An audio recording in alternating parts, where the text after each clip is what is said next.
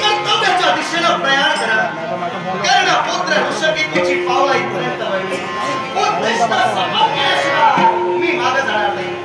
सफल करेल आणि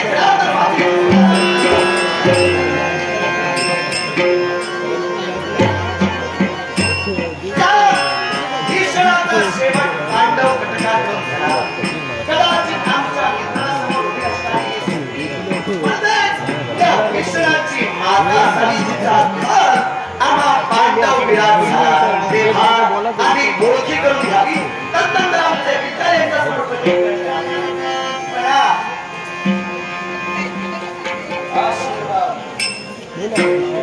आश्चर्य प्रणाम करणारी व्यक्ती कोण आहे का?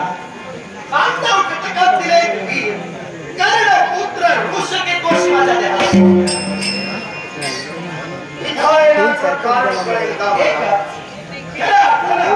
आपण एक स्त्री आहोत आणि आपण एक स्त्री असून सुद्धा आमच्या मित्रासमोर एक विधानकेला बोलत उभे राहिला. खरं आपली गोष्टी परिपूर्ण द्या आम्हाला. कारण आमच्या पांडव कटकात दिले वीर म्हणजे वीर बनणं, आपल्याशी संघर्ष करून माघारी गेला. या आपल्या पराक्रमाला, आपल्या तत्वाला प्रथमतः या कर्ण ऋषकेतूचा सविनय शाबास. काय म्हणालास? तुमच्याच कटकातील मेघवर्ण आमच्याशी युद्ध करून मागं गेला. मी तर त्याला बंधन केलंय. तो मागं गेला नाही तर त्याला मी बंधन केलंय. माझा काही येत आहे तो. मग ऐका, बोललात तुम्ही रास्त बोलला. मेघवर्णाचा तुमच्या बरोबर संघर्ष झाला, शस्त्र संघर्ष. होय. या शस्त्र संघर्षात त्याला पराभव प्राप्त झाला. अगदी. तुम्ही त्याला बंधन करून ठेवला. अगदी. इथपर्यंत आम्हाला माहित आहे. नाही, असं मी का म्हटलं? माझ्या मनात शंका निर्माण झाली. ज्याला मी बंधन केलं तो आमचा येऊन सुटला की काय? म्हणजे आमचे बंधन कमी पडले की काय असं शंकर वाटलं, म्हणून शंकेचं निरसन केलं. म्हणजे ज्याला जिथं तुम्ही बंधन करून ठेवला, हो. तिथली आखणी डळमळीत होती की नाही, काय? गडबडीत असूच शकत नाही. मला कसं काय वाटलं तसं? याला कारण आहे. न जाणू नकळे भूतोन भविष्यत आहे. तुम्ही कोणत्या तऱ्हेने डाव खेळाल हे काही सांगता येणार नाही. कारण याच्या अगोदर माझ्या नवऱ्याच्या बाबतीत पांडवांनी डाव काय खेळले याची पूर्ण कल्पना मला आहे, म्हणून मी विचारलं. पांडवांनी तुमच्या नवऱ्याबद्दल डाव खेळले आणि म्हणूनच तोच डाव पुनश्च इथं आम्ही खेळू म्हणून तुम्ही अशी शंका नाही, संशय निर्माण झाला म्हणून संशयाचा निर्माण मी या क्षणी मी माझ्या मनातून बरोबर आहे. मनात निर्माण झालेला संशय हा वेळीच दुरापास्त केलेला म्हणजे नंतर होणारे बाब वेळीच थांबले जातात. म्हणूनच मी तुम्हाला काय म्हणालो, मेघवर्ण माघारी गेला म्हणजे मला काय म्हणायचं होतं, तुमच्या पराक्रमापुढे तो मागं राहिला. तुमच्या पराक्रमापुढे मेघवर्ण हतबल ठरला, पराक्रमातून माघारी गेला. तुम्ही बंधन करून ठेवला तिथं आहे. शब्दांचा खेळ करू नकोस. मग ही शौरी शब्दांचा खेळ करू शकते आणि तिला शब्दांचा खेळ समजू शकते. तेव्हा शब्दांचा खेळ करू नको. अजून माझे कर्ण बदल झालेले नाही. एक गोष्ट लक्षात ठेवा, तुमची माझी ग्रंथी का हातात झाली, म्हणजे कर्ण बधीर आहे ती कसं आहे मला काही नाही. तू जे असतं तू जे काही हरवतोस ते चुकीचं वाचू नकोस. म्हणजे मी वादाच्या बोर्डात उभी राहू शकत नाही. प्रश्न राहिला शब्दांचा खेळाचा. मी तर खेळ खेळण्यासाठी उभा राहिलेलो नाही. माझं तत्व एकच बोलत आहे, तुमच्या पुत्रानं भीषणानं आमचा यज्ञाश्व हरवला आणि म्हणूनच हा वाद सुरू झाला. अर्थात त्या भीषणाचा तर शेवट झाला. तेव्हा पांडवांच्या पराक्रमापुढे तुमचा पुत्र हतबल ठरला. जिज्ञासा अजूनही आमची एकच, त्या यज्ञाश्वाची यांच्या धर्म कार्यात आम्हाला नितांत गरज आहे. तेव्हा आपण त्या भीषणाच्या माता आहात. त्याच्या पश्चात त्या अश्वाच्या संरक्षणासाठी तुम्ही उभे राहिला कसा मला अगदी पूर्णपणे सत्य आहे. तुमचा पुत्र या लोकांची यात्रा संपून परलोकी गेला. तेव्हा ते तुमच्या पुत्राबाबत घडलं, ते तुमच्या बाबतीत घडून असं जर का वाटत असेल तर यज्ञाश्वाची मुक्तता करा. माझ्या जीवनाचं भटकंत झालं तरी चालेल, मी त्याची तमा बाळगत नाही. पण माझ्या पुत्राचा कर्तव्य केलं. त्यानं मी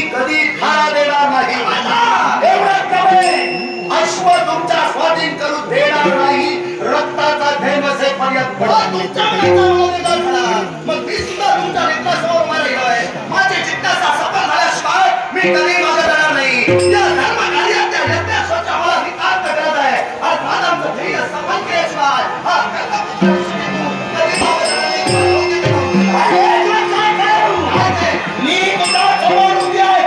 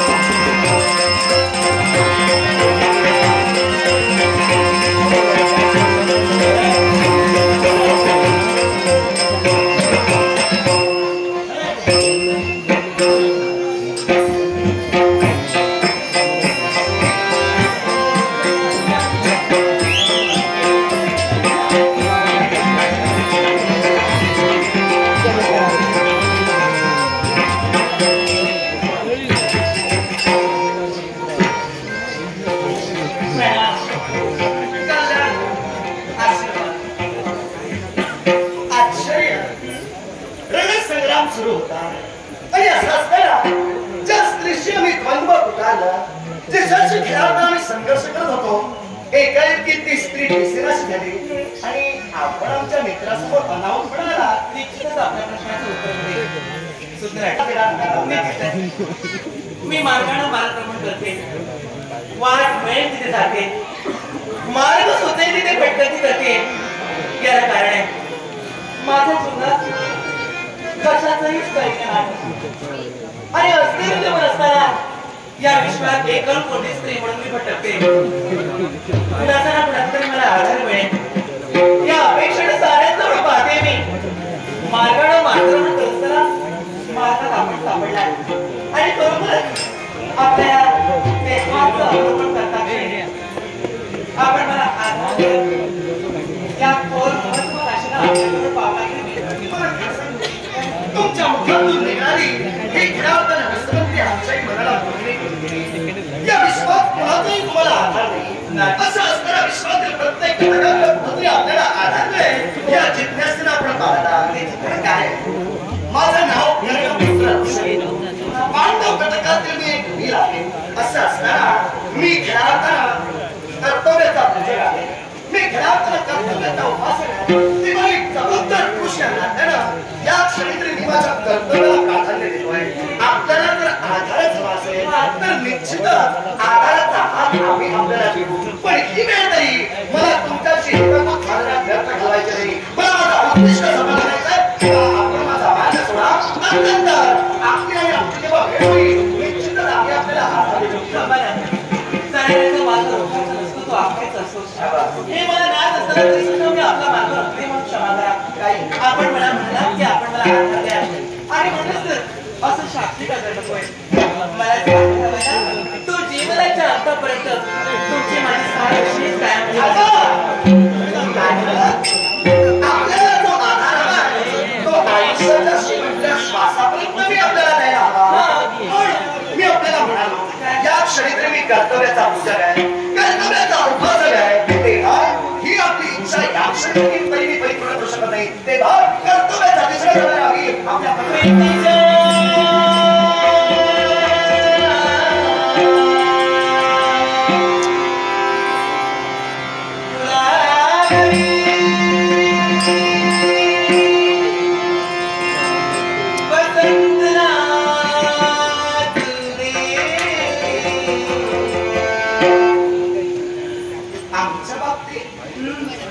आपल्या मनातील भावना जीवनात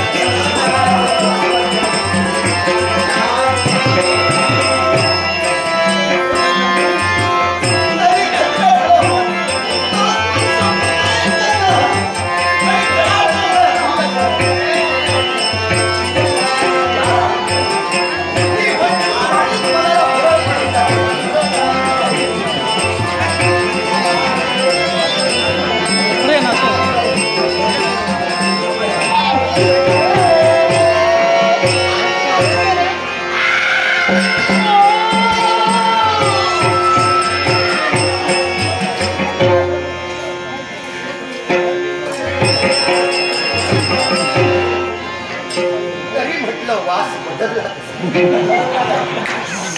तुम्हाला वास घेण्याची सवय पडली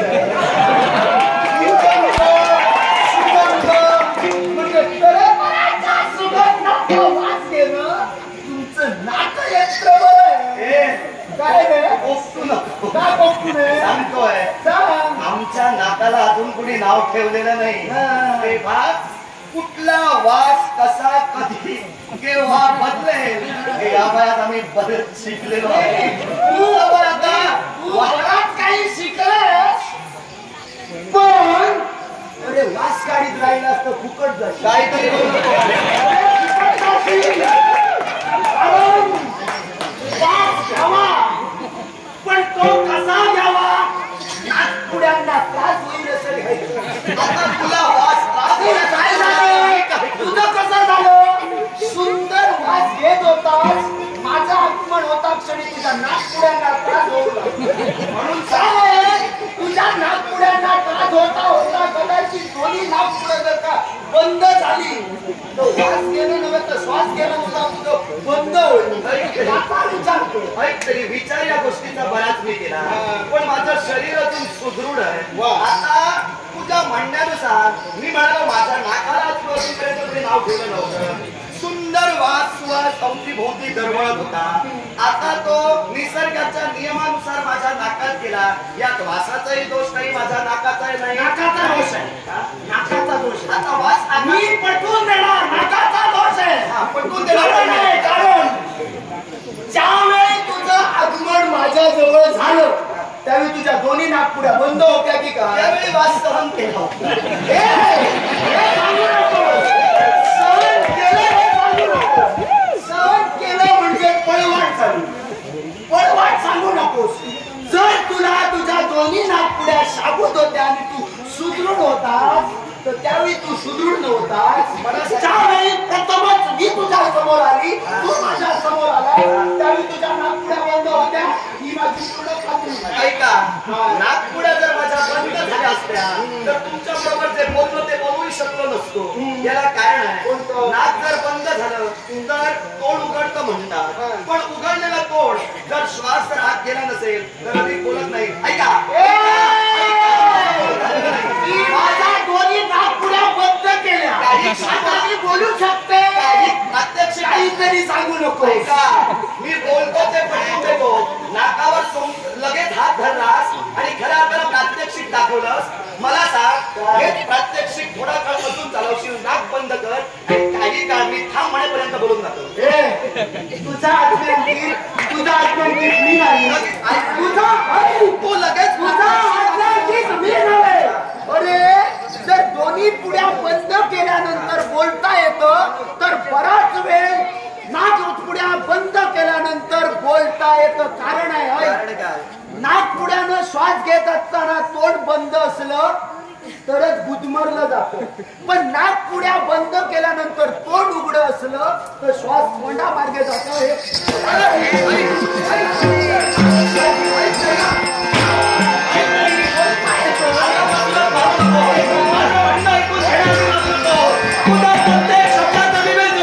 प्रत्येक शब्दाचं विवेचन आणि प्रत्येक वाक्याचं खंडन करणं तोपर्यंत काय मारू नको.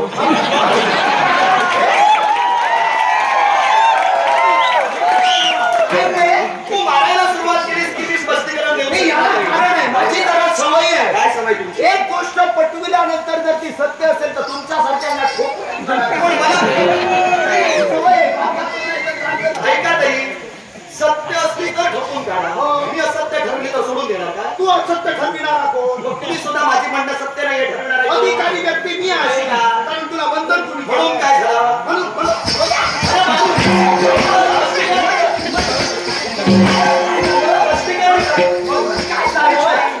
नाक टाकल्यानंतर माणूस का अधिक काळ बोलू शकत नाही तू बोलली.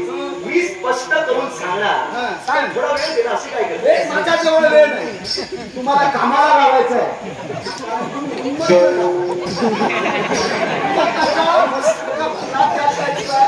माझ्या मनाला समाधान नाही. बोल ऐकून घेण्याच्या तू मनस्थितीत दिसत नाही. बोलण्याच्या मनस्थितीत नाही. ऐकण्याच्या मनस्थितीत नाही. मग काय कारण ही पद्धत आहे. का? जेव्हा बोलायचं तेव्हा बोलायलाच हवं. जेव्हा खेळ खेळायचा असतो त्यावेळी ताकदीनं खेळायचा असतो. वर गेलेलं खाली आणायचं नाही, ते वरूनच झेलायचं असतं. ही माझी पद्धत आहे. तुझं कसं झालंय? बंधन झाल्यामुळे तू वर गेलेला आता झालं का? बोलायला येतंय पुष्कळ, पण हात दगडाखाली मिळाले. चल शाबास. आता कसं झालं? कसं झालं? काय माहितीये, हे जर का पहिलं तुला कळलं असतं तर मी मारलंच नसतं. आता मला माहित आहे. आता मला कळ. आता मारू तुला मारू नको. तू मगा आल्यानंतर मोठमोठ्या शब्दांच्या खेळात मला फसवत होतास.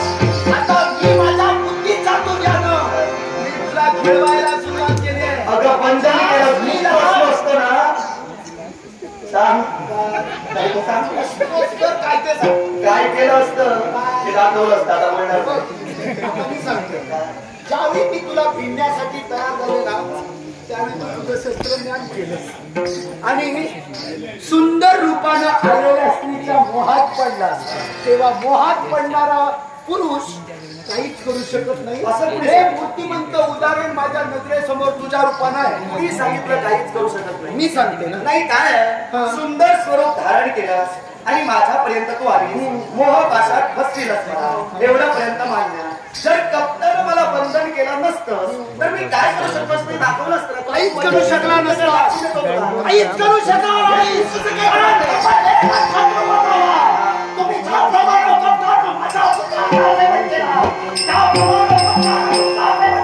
विचार करून काही तयार झाले.